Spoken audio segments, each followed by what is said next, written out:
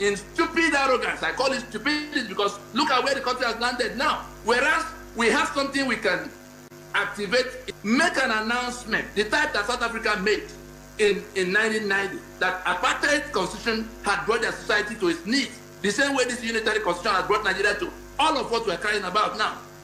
It's not the election that will solve that problem.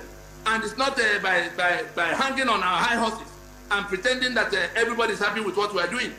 Look at what has become of the economy. Look at what has become of the security. And we say this constitution can only take us to a worse condition. And it will blow up in our faces if we delay it any further. Because those who are choking in it are being organized to take their portions by whatever means they find to do so. So who is holding on to their portions? We'll have about 3 minutes to go. Who is holding on to that portion? And how do you think the ethnic nationalities will get what is theirs? We'll have just 3 minutes. That portion, holding their portion is that Nigeria that is defined by that constitution is like a criminal enterprise. That is, it has hijacked everybody's lands and taken all the economic assets and defined the ownerships and the sharing and all of how they will be managed in terms of governance and who will win and PDP and APC that INEC will declare. Those are the things they loaded into that constitution. And we have said to them, and when I say they, the ones who are governing Nigeria, the ones who swear to defend and uphold that constitution are the first set of culprits in that matter. The ones who are doing political party under that constitution, PDP, APC, Labour Party, and all their candidates and supporters are the second layer. The church leaders that support them with PBC campaign, oh, let's go and vote, under a constitution that guarantees our damnation. They are all together in that criminality.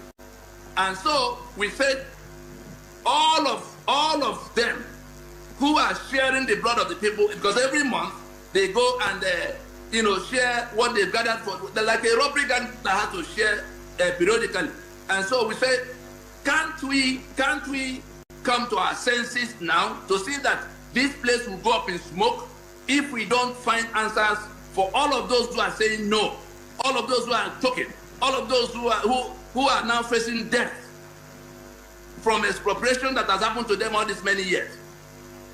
We say it is possible for us to, since we all agree now, is arguing about the constitution being the problem. The only thing remaining now is how do we proceed from where we are? And Ninas has something in black and white that takes it from first step to finish line. Make that announcement, and we only say, let us acknowledge that that is the problem. Let us commit, let the government of the day commit to solving the problem. Let us suspend the talk of another election so we can do it sooner than later. Let us then allow for the first time the nationalities to come into a meeting to discuss all of how they will do it, first in their regional blocks to make out constitution by which they will federate. In the second layer, then coming to discuss with the others who have also made out their own constitution. And then make a time-bound announcement, the type that South Africa made in 1990. In one announcement, if those who are ruining our lives, endangering us in the manner we're endangered now, will listen, Ninas is there to guide them at no cost. Where Ninas is saying, stay back in government house. Let us go and solve this problem. The big problem that is coming ahead is that while the ones who are there now, the ones who are saying, oh, they are not doing well, we're going to replace them in 2027, we are going to rally those who are choking in Unitary Nigeria on a head-on coalition with the political parties that are planning to go to election in 2027.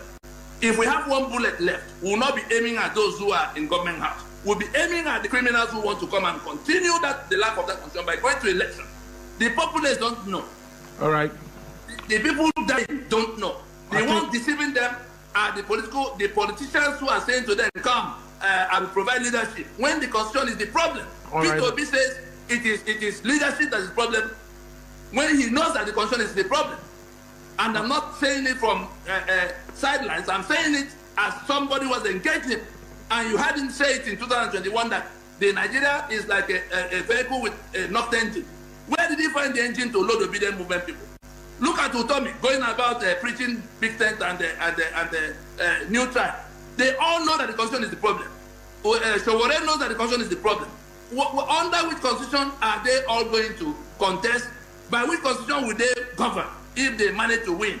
And how are they going to win this fellow who came from the flanks to grab a mandate that the people in their refusal to listen went to vote under that constitution? The constitution swallowed that mandate, and yet they cannot learn. So we say the time has come for either they listen for us to go to a meeting, or they get ready to contend with the head-on coalition with the victims of Unitary Nigeria. All right, that's a good place to leave it. Tony Nnadi is our guest tonight, and I have to thank you so much for your contributions here on the Eastern Eye, the Secretary General of Lower Niger Congress, LNC, and the co-convener of the Nigerian indigenous peoples. That's, of course, I mean, there's a lot to talk about. I think we'll have to fix another date to have a much more expanded discussion on this, so that we'll know exactly how the indigenous nationalities can indeed engage and be of assistance and guide whoever wants to listen on what needs to be done. Thank you so much for your perspectives on the program tonight.